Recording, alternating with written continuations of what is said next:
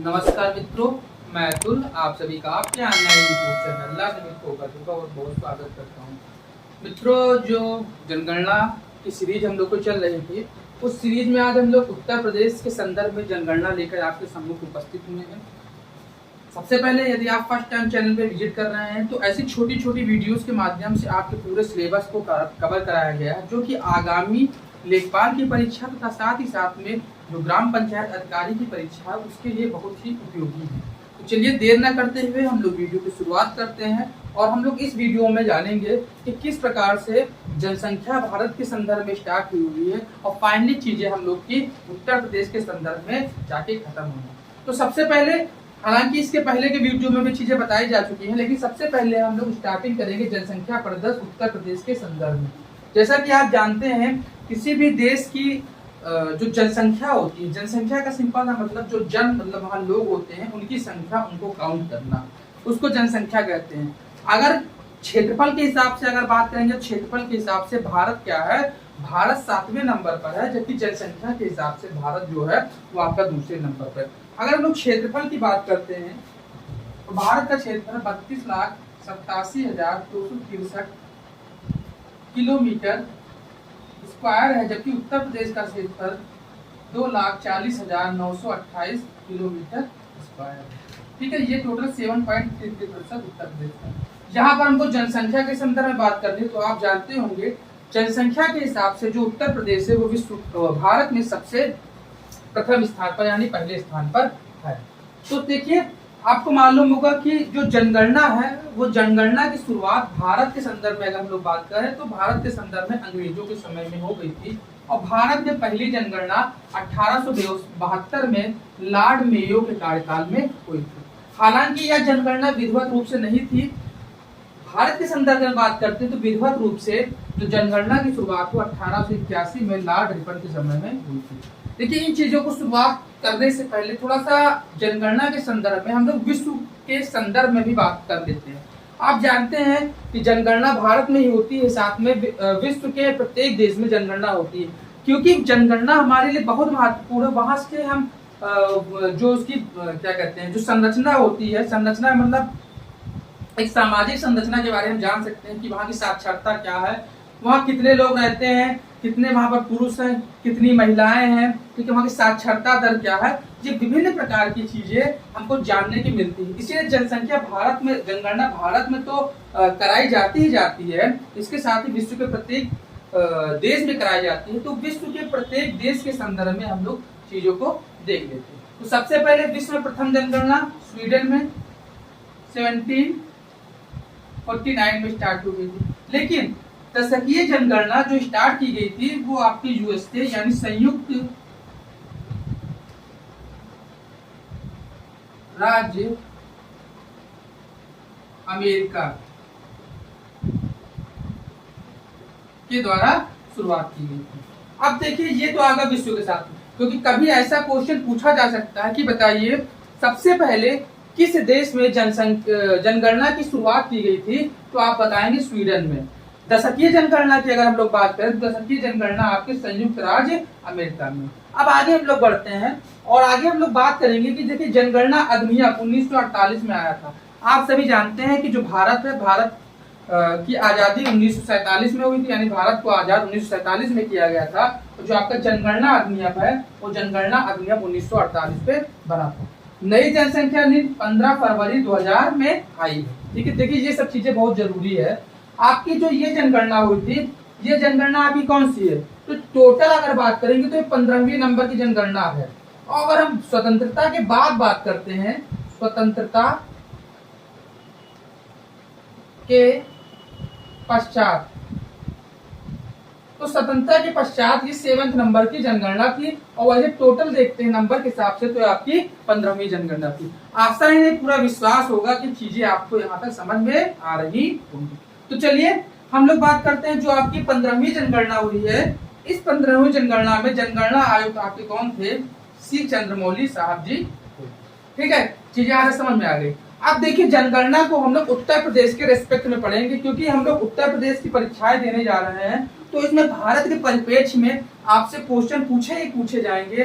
साथ ही साथ में उत्तर प्रदेश के संदर्भ में भी जो आपके क्वेश्चन है वो पूछे जाएंगे। तो चलिए हम लोग उत्तर प्रदेश के संदर्भ में भी चीजों को देख लेते हैं। तो सबसे पहले हम लोग अगर बात करेंगे तो आपको मैंने बताया प्रदेश की जनसंख्या का 23% 16.5% आप ध्यान रखेंगे, ठीक है। क्षेत्रफल के हिसाब से 7.33% है, लेकिन यही अगर हम लोग बात करते हैं प्रतिशतता के हिसाब से तो प्रतिशत आपको कितना है 16.5%। अब देखिए इसमें आपके पुरुष लोग कितने 52.29 और महिला 47.7 है। यानी आपसे क्वेश्चन प्रत्यक्ष रूप से इस तरीके से नहीं पूछ के कुछ इस तरीके से पूछ सकता है। जैसे पूछ सकता है उत्तर प्रदेश की जनसंख्या के संदर्भ में निम्न में से कौन सा कथन सत्य है या निम्न में से कौन सा कथन असत्य है। आप लोगों को ध्यान देना, उत्तर प्रदेश में महिलाओं की जनसंख्या पुरुषों की जनसंख्या से ज्यादा है, उत्तर प्रदेश में पुरुषों की जनसंख्या महिलाओं की जनसंख्या से कम है, ठीक है। तो आपको क्या मालूम होगा कि उत्तर प्रदेश में पुरुषों की जनसंख्या वो महिलाओं की जनसंख्या से आपके क्या है ज्यादा है, ठीक है। यहाँ तक चीजें आपको समझना। देखिए 2001 से 2011 के दौरान दशकीय वृद्धि दर 20.29%। देखिए महान विभाजक वर्ग ये जो और भी जनसंख्या संबंधित महत्वपूर्ण डाटा है वो आपको इसके प्रीवियस वीडियोस में प्रोवाइड करा दिए गए। यहाँ पर जो हम लोग देखेंगे वो मुख्यतया उत्तर प्रदेश के संदर्भ में चीजों को हम लोग देखेंगे। तो यानी आप लोगों ने देखा टोटल 52.29% पुरुष हैं जबकि 47.71% आपकी महिला है। 2001 से 11 के दौरान दशकीय वृद्धि दर आपकी 20.23% हुई है। आगे हम लोग बढ़ते हैं, औसत साक्षरता की बात करते हैं तो उत्तर प्रदेश में औसत साक्षरता आपकी 67.72% है। अब देखिए साक्षरता में पुरुष भी होंगे और आपकी महिला भी होंगी। आपको यहाँ पर एक ध्यान देना है, पुरुष के लिए आप इसमें +10 कर दीजिए और महिला के लिए -10 कर दीजिए। यानी पुरुषों की जो साक्षरता है वो 77% है जबकि महिलाओं की साक्षरता है वो आपकी 57.2%। चीजें यहाँ तक बिल्कुल क्लियर होंगी। चलिए आगे हम लोग बात करते हैं औसत जन घनत्व 829 किलोमीटर स्क्वायर, ठीक है। यानी कि व्यक्ति पर किलोमीटर स्क्वायर।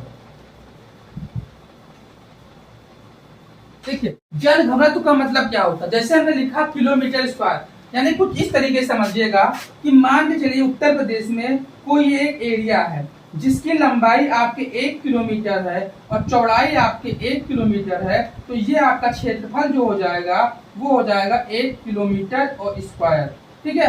यानी इस क्षेत्रफल में आपके टोटल 829 लोग रहते हैं। से होता है जन घनत्व का मतलब। जन मतलब लोग, घनत्व मतलब कि पर्टिकुलर क्षेत्र में जो कि आपका मानक 1 किलोमीटर स्क्वायर दिया जाता है उसमें कितने लोग रहते हैं। चलिए आगे हम लोग अगर बात करते हैं, आपका मालूम हो गया औसत जन घनत्व आपका 832 व्यक्ति किलोमीटर स्क्वायर हो गया। औसत लिंगानुपात की बात करें तो 912 प्रति 1000। देखिए लिंग अनुपात मतलब होता है कि प्रत्येक 1000 व्यक्ति पे कितनी आपकी महिलाएं हैं। भारत के संदर्भ में अगर बात करेंगे तो भारत के संदर्भ में जो लिंगानुपात है वो आपका 943 है और उत्तर प्रदेश में आपका 912। अब देखिए अनुसूचित जाति का लिंगानुपात 907, अनुसूचित जनजाति का 902। अब देखिए 0 से 6 आयु वर्ग का लिंगानुपात 902 है। आप लोग एक बात ध्यान देंगे, जिसको हम लोग 0 से 6 आयु वर्ग का लिंगानुपात बोल रहे हैं वो वास्तव में आपकी शिशु लिंगानुपात है। विश्व जनसंख्या दिवस हम लोग 11 जुलाई को मनाते हैं, ये एडिशनल इंफॉर्मेशन है, इसको आप लोग देख लेंगे। चलिए अब देखिए जब हम बात कर रहे हैं उत्तर प्रदेश के संदर्भ में तो उत्तर प्रदेश के संदर्भ में कुछ अन्य पहलुओं के बारे में जानकारी प्राप्त कर लेते हैं। जैसे सबसे पहले हम लोग यह देखेंगे कि उत्तर प्रदेश में किस जिले की जनसंख्या सबसे ज्यादा है, उत्तर प्रदेश में साक्षरता कहाँ पे ज्यादा है, उत्तर प्रदेश में आपके लिंगानुपात कहाँ पर ज्यादा है। इस वीडियो को हम लोग इसको पढ़ने के बाद में यही कर देंगे। हर वीडियो की तरह हम लोग एक क्विक रिवीजन करेंगे 2 से 3 मिनट में और फाइनली इस वीडियो को हम लोग यहीं पे समाप्त कर देंगे।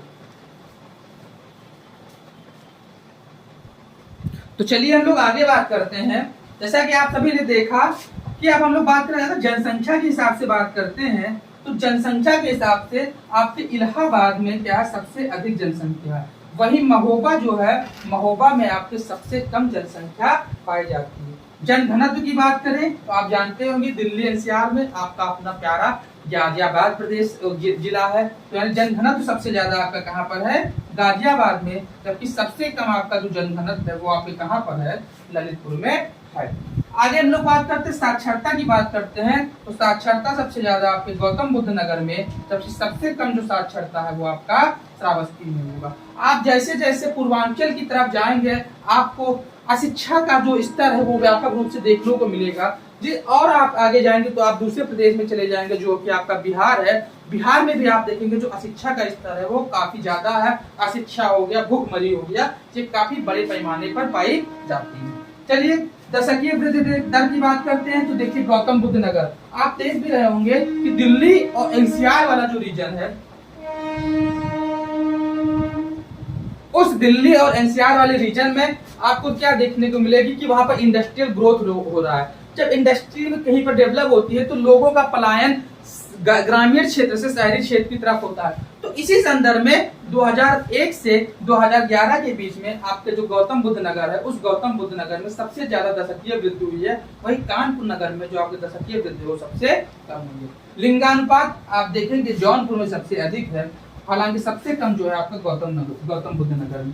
देखिए एक चीज यहाँ पर थोड़ा सा आपको कॉन्ट्राडिक्ट लग सकती है, क्योंकि थोड़ा सी विरोधाभास वाली, कि देखिए यहाँ पर आप लोग बात करेंगे, ये देखिए जब साक्षरता की बात करते हैं तो आप देखेंगे साक्षरता में तो गौतम बुद्ध नगर सबसे आगे है, लेकिन वही अगर लिंगानुपात की हम लोग बात करते हैं तो लिंगानुपात में आपका जो गौतम बुद्ध नगर है वो आपके काफी पीछे है। ठीक है, तो चलिए एक बार फिर से हम लोग फटाफट रिवीजन कर लेते हैं। सबसे पहले आज अभी हम लोगों ने क्या देखा, हम लोग अभी जनगणना पढ़ रहे थे। जनगणना को हम लोगों ने प्रीवियस लेक्चर में भी पढ़ा है, लेकिन हम लोग इसमें एक क्विक रिवीजन कर लेते हैं। जैसा कि मालूम होगा कि भारत में जो सर्वप्रथम जनगणना वो 1872 ईस्वी में हुई थी। हालांकि यह जनगणना नियमित नहीं थी, 1881 में नियमित रूप से जनगणना आपके स्टार्ट हुई। ठीक है, उसके बाद में अगर आपसे कभी यह प्रश्न पूछा जाता है कि बताइए विश्व के किस देश में सबसे पहले जनगणना हुई, तो आपका वो स्वीडन था। स्वीडन में सबसे पहले आपकी जनगणना हुई थी। आगे हम लोग बात करते हैं नियमित रूप से यानी 10 वर्षों के अंतराल पर जनगणना कहाँ शुरू कर गई, तो वो आपके यूएसए में चालू की गई है। आप देखेंगे जनगणना अधिनियम कब है, जनगणना अधिनियम आपका 1948 का है। जब भारत आजाद हुआ है, उस भारत के आजाद होने के 1 साल बाद का आपका जनगणना अधिनियम। नई जनसंख्या नीति 15 फरवरी 2015 की है। आगे हम लोग बढ़े, हम लोगों ने देखा कि जो आपके जनगणना आयुक्त थे सी चंद्रमौली साहब थे। उसके बाद में हम लोग जनगणना को उत्तर प्रदेश के संदर्भ में पढ़ते हैं। उत्तर प्रदेश में आपने देखा कि पुरुष लगभग कितने प्रतिशत हैं, पुरुष लगभग 52.5% यानी 52.29% है। आपको सिर्फ एक चीजों को याद रखने की जरूरत है, अगर आप पुरुष को याद कर लेते हैं तो आपको महिला को उसमें 100 में सब्ट्रैक्ट कर देंगे, महिला आपको मिल जाएगी। फिर इसके अतिरिक्त हमने देखा औसत हम लोग साक्षरता की बात करते हैं तो आप देखेंगे 67.72 आपकी साक्षरता है। इसमें आप +10 करेंगे आपकी पुरुष साक्षरता, -10 करेंगे इसमें आपको महिला साक्षरता देखने को मिलेगी। इससे एक कदम हम लोग और आगे बढ़ते हैं और हम लोग यहाँ पर देखते हैं कि सर्वाधिक व सबसे कम ठीक है जो भी है जिले, सर्वाधिक व सबसे कम वाले जिले, ठीक है, यह विभिन्न पहलुओं के संदर्भ में है। जिसमें जनसंख्या आपके सबसे ज्यादा इलाहाबाद में है, जबकि सबसे कम महोबा में। जनघनत्व की बात करते हैं सबसे ज्यादा गाजियाबाद में है, सबसे कम ललितपुर में। साक्षरता गौतम बुद्ध नगर में और श्रावस्ती में सबसे कम है। दशकीय वृद्धि दर कानपुर नगर में सबसे कम है, गौतम बुद्ध नगर में सबसे ज्यादा है। लिंगानुपात जौनपुर में सबसे ज्यादा है, जबकि गौतम बुद्ध नगर में सबसे कम है। औसत जनघनत्व 829 है, औसत लिंगानुपात 912 है, जबकि अनुसूचित जाति का 907 और अनुसूचित जनजाति का 951, जबकि 0 से 6 आयु वर्ग का लिंगानुपात आपके 902 है। ठीक है, तो ये थी आज की हमारी वीडियो। आशा ही नहीं पूरा विश्वास होगा कि वीडियो आपको हमारी अच्छी लग रही होगी। अगर वीडियो आपको अच्छी लग रही हो तो वीडियो को लाइक कर दीजिए और चैनल को सब्सक्राइब कर दीजिए, क्योंकि आपका एक लाइक और सब्सक्राइब ही हमें मोटिवेशन देता है कि हम आपके लिए कुछ और बेहतर कर सकते हैं। तब तक के लिए धन्यवाद, मिलते हैं नेक्स्ट वीडियो में। जय हिंद, जय भारत।